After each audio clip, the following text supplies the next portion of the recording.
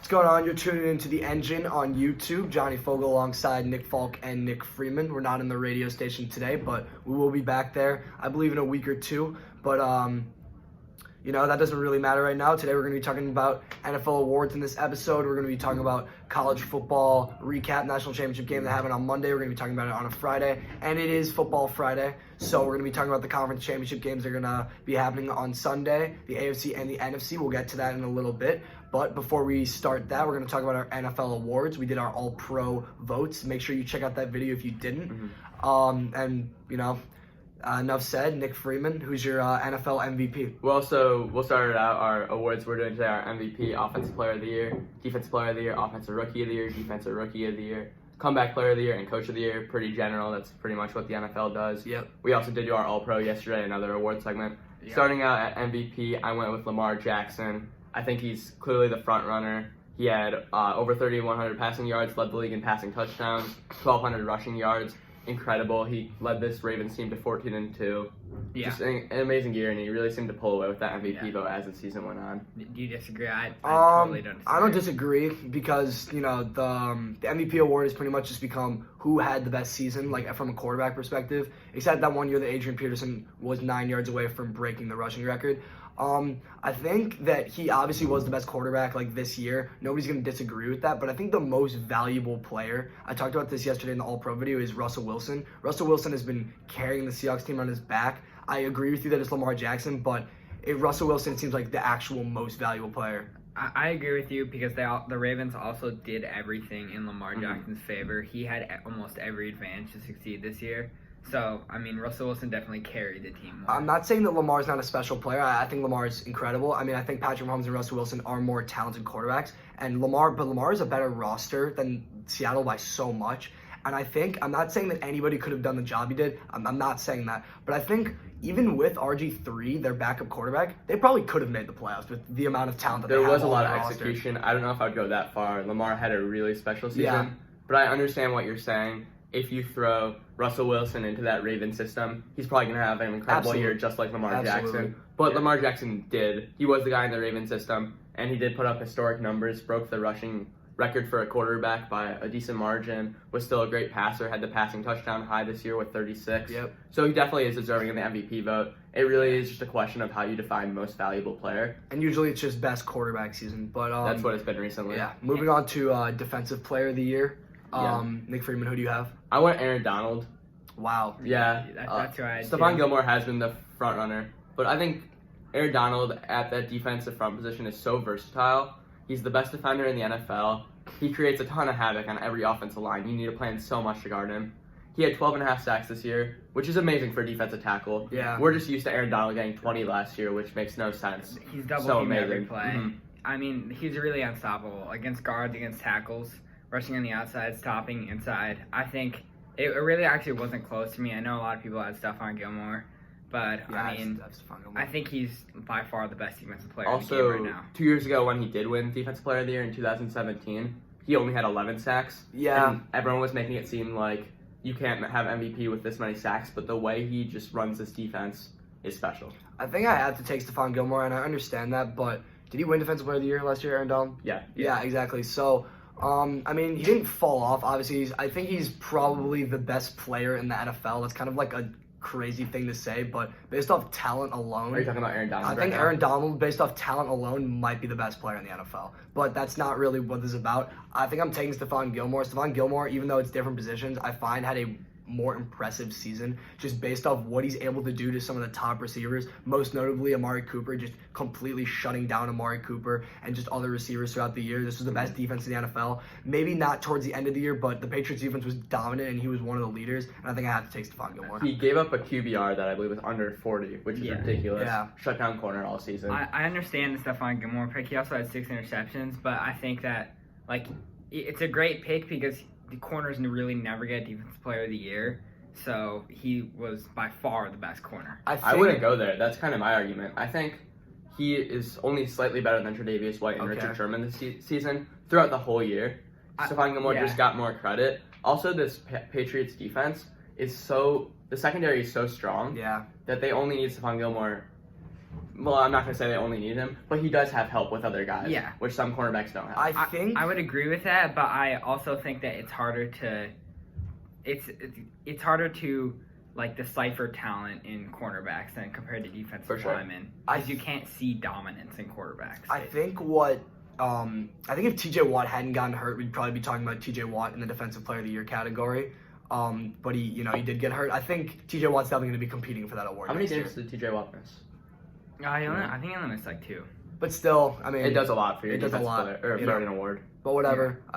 Moving on to Offensive player of the year? Offensive Rookie of the Year, Player of the year. Player of the Year. Lamar Jackson or Well, Christian McCaffrey. Christian McCaffrey. I had Michael Thomas actually. As your offensive Those player are of the the year. 2 candidates, I think, Christian McCaffrey and Michael Thomas, assuming Lamar Jackson gets MVP. I think I'm going to take Christian McCaffrey. You're going to take Michael Thomas. So Nick Yeah. Freeman, please break this for us. I'm going Christian McCaffrey. I do understand the Michael Thomas pick, Yeah, but I think when it comes down to it, a wide receiver just can't do as much as a running back. And even though Christian McCaffrey didn't lead his team to much success, he put up over 2,000 all-purpose yards by 2,400 all-purpose yards. And I feel like you have to consider that Michael Thomas, with the talent around him, is unbelievable. Yeah, that's true. Christian McCaffrey did 2,000 all-purpose yards with a backup quarterback the entire year. Like we were talking about with Lamar Jackson and Russell Wilson, their situations are much different. Michael Thomas is by far the best situation in NFL history, or probably in NFL history. He has the best wide receiver situation. Amazing offensive line, by far their number 1 receiver, Drew Brees throwing him the ball. Yeah. He still had an amazing year, though. Yeah, he had 400 yards, or almost 400 yards more than the second receiver, and he broke the NFL receptions record, and he was consistent through the whole year, and Christian McCaffrey started to fall off. What made you pick Michael Thomas over Christian McCaffrey? Just because I thought Michael Thomas is by far the best wide receiver. More so than the McCaffrey margin. Yeah. I wouldn't necessarily go there, though, because I think McCaffrey, Well, the way he I received think the ball. actually the main reason it was consistency, that he stayed that way through the whole year, and the Saints were better than the Panthers, which I guess goes the other way because the Panthers did not have as many resources as Michael did True. on the Saints. Okay. Next, Offensive Rookie of the Year. I've got Josh Jacobs. This was kind of, I guess you could argue Kyler Murray, but Josh Jacobs just, I don't know if he really came out of nowhere, but he ran for, he was top 5 in rushing, maybe top 7 in rushing This year? Yeah. If he didn't miss those games at the end. Yeah, he exactly. He would've missed some games at the end, but he went over 1,000 yards. He was pretty consistent for the most part. He was a little inconsistent at the beginning of the year, but he just became one of the most reliable 100-yard rushers. Same with Nick Chubb, but Nick Chubb's not a rookie. Josh Jacobs was just really consistent the whole year, and I think this is kind of an easy pick, to be honest with you. 1,150 yards for Josh Jacobs. Exactly. And if he doesn't miss those games, he's definitely going over that, obviously. I do disagree with that. Yeah. Pretty decently.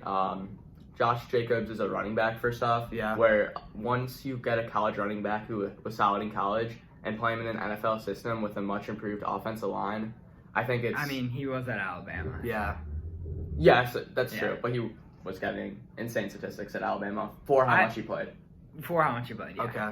And he did not play that much in college, by the way. Yeah. To reference that. Which is kind of amazing what he did in the NFL, because he really didn't do anything. Running behind a really solid offensive line with Trent Brown, Richie Incognito, Rodney Hudson.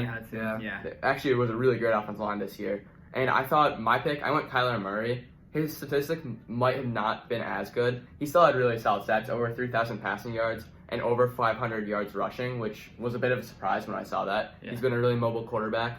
He's also done this with a terrible offensive line. He still has a lot of growing to do as a quarterback, but he was the first pick. He has so much potential, and he looked really solid and clearly improved this Arizona passing game. And lots of these teams, even with the Cardinals they're literally awful in every category, and Kyle Murray kept them in some of these games against really good teams, like the Seahawks. I mean, he didn't win that game. He went out against the Seahawks. Yeah, Brett Hundley, backup quarterback for the Green Bay Packers. But he did pose a threat throughout the season. My rookie of the year was actually A.J. Brown for the tight ends. Okay. So my reasoning is, like Derrick Henry, he put it on when it mattered at the end of the season, and he was really great for them. I thought he was a dominant prospect coming out of college. I'm not sure how tall he is, maybe 6. A lot of people were focused on who's his counterpart, DK Metcalf, who also, respectively, tremendous year. You could probably argue him for offensive rookie of the year too. Ole Miss just produces really good receivers, apparently. I don't know. I think them two were incredible in college. They were both ripped, both extremely great specimens, Yeah. and had really solid rookie of the years. I don't think DK Metcalf can be in an argument. I think for a rookie or a wide receiver to win Offensive Rookie of the Year, they just need to absolutely go off. Keenan Allen did it. He did. Keenan Allen won over Eddie Lacy in, I believe, 2012. That was a bad year, I thought. It was not over a quarterback though. Yeah. And just what I think, I don't really understand how a wide receiver who gets 1,000 yards. AJ Brown was super impressive. 1,000 and yards, 8 touchdowns. He was really solid all around. Yeah. I don't think he can make nearly as much of a difference as a Josh Kyler Jacobs, Murray. as a Kyler Murray. I agree with he did not make as much of an impact. I actually thought he made more of an impact than Josh Jacobs did for their team because I think the Titans were a contending team and actually like That's true, but I think it wasn't really due to AJ Brown. I feel like that was more because of Derrick Henry and the way Ryan Tannehill was playing. But he was Also- a great aspect to the Also, offense. to Josh Jacobs' credit, even though I'm not huge on the pick, he did, when he was hurt, and they put in, I think, the backup running backs, DeAndre Washington, DeAndre Washington. He was, their team clearly started losing more games, Yeah. and they had a much worse run attack, Yeah. so he did make a difference there. Yeah. I agree with both your picks. I definitely think they made more of a team impact, but I think AJ Brown is a better player overall.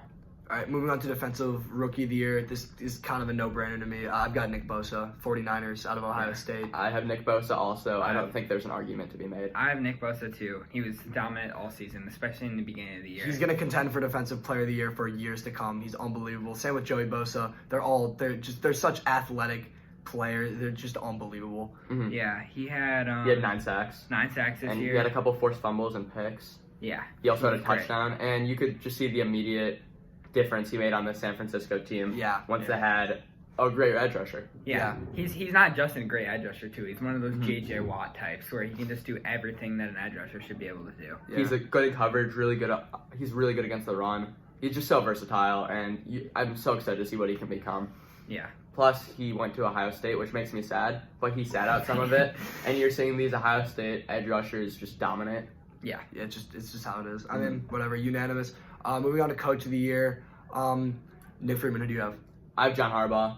I understand the hype for a lot of other people, Yeah. but I think leading a team to 14-2 is such a special thing, especially when they win their last 12 games. That's true. He really orchestrated this roster and made it work so well with the players they had. Also, it was a complete turnaround. Last year, he was on the hot seat after barely squeaking into the playoffs at the end and trusting Lamar Jackson, at least what last year seemed like too much.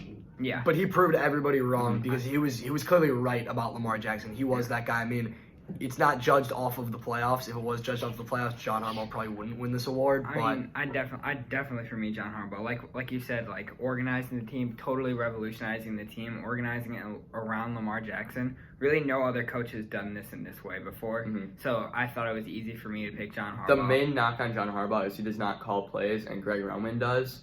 But he is such a versatile coach. He does offense and defense, special teams. He really knows where everyone fits, and that's what he does to make up for that. In my opinion, I don't think most head coaches should be calling plays too. So I actually think I agree. I think, okay, so I'm going to take John Harbaugh, but there's so many arguments to be made. You're talking about, like, leading a team to 14-2. Well, Matt LaFleur led a team to 13-3 in his first year as an NFL head coach, and he definitely had less talent than the Ravens did. Yeah. That might be a little bit of my bias, but I think that's also really impressive, and it should be noted. Kyle Shanahan's been unbelievable the whole year. He turned a team that was, what was their record last year? Like 4-12, I think. 4-12 to a 13-win season. Listening to Kyle Shanahan talk, he knows so much about football, and he seems like a great guy. He wants it bad after listening to the Patriots. Same with Sean McDermott. I feel like next year, we were talking about this before the show started, but I think that the Bills are going to win the division next year, and we're so far away from even talking about that. But Sean McDermott has completely taken this team that was supposed to be terrible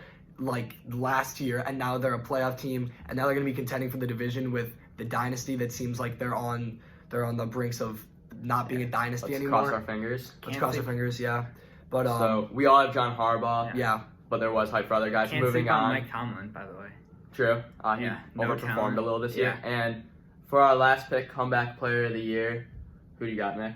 I have Ryan Tannehill. I was really close between Darren Waller and Ryan Tannehill. But I mean, it's just amazing what he's done. He became from a college wide receiver to being quarterback for Miami Dolphins, who's okay. to the worst graded PFF quarterback last year to the best graded PFF quarterback By the way, this year. PFF is Pro Football Focus. Also, another explanation: Comeback Player of the Year is an award for a player who got injured or sat out last season. Yeah. Something Or was in did their not way. perform. Yeah, something was in their way of having a good year this year, and then Yeah. they had a great year this year. And- Some candidates for this include Jimmy Garoppolo, who tore his ACL, Cooper Kupp, who tore his ACL. And my pick, I went Darren Waller. He's a little bit of an unconventional comeback player of the year. Yep. He was a former drug addict, so he was taken 4 years ago, and since then has had 2 suspensions for substance abuse. He was on opioids, cocaine, everything. It's such a sad story, but the way he came back from it is hearing him talk about it. He's done an incredible job. Shout out to him for that. And he's had over 1,100 yards this year as an unknown tight end at the beginning of the season to probably a top 5 tight end. He barely played or made an impact in his first 3 years, and he's had a complete breakout. This, in my opinion, I'm not saying he's the best option out of the comeback players. Yeah. But I think this is the ultimate comeback. Such an amazing story. And it really just, when I thought of comeback player of the year, someone overcoming this was where I mean, I picked it. for me, Ryan Tannehill, literally no one expected him to come out of nowhere on the Titans. I mean, going to the season, not many people knew he was on the Titans. Yeah, he was a surprise. Yeah. And when they benched Mariota for Tannehill, at least in my opinion, I thought it was such a worthless mistake. Yeah. Or dumb mistake. I didn't Yeah. really see the point of it. I'm gonna have to take. It's so hard. I think I'm gonna take Ryan Tannehill. Originally, I was thinking Cooper Kupp, and in the first 8 weeks of the season, it seemed like it was gonna be unanimous because Cooper Kupp was unbelievable. But when it really mattered most, Cooper Kupp was silent, or I don't know. He just wasn't great in the games that they needed him to be. Most notably against the Steelers, 0 receptions, 0 yards on 5 or 6 targets. He just wasn't great. Ryan Tannehill, like you said, he came out of nowhere. I feel like every single year we want the comeback player of the year to be Josh Gordon. Like, I want it to be Josh Gordon. Yeah, you're rooting for Josh Gordon, but Darren Waller is the epitome of what Josh Gordon could be. And I know drug addiction's really hard. Like, I'm not. It's no knock on Josh Gordon, but we want it to be Josh Gordon. Like, that's the player I think in my head, a comeback player of the year. I want it to be Josh Gordon so badly. Josh Gordon, interesting note.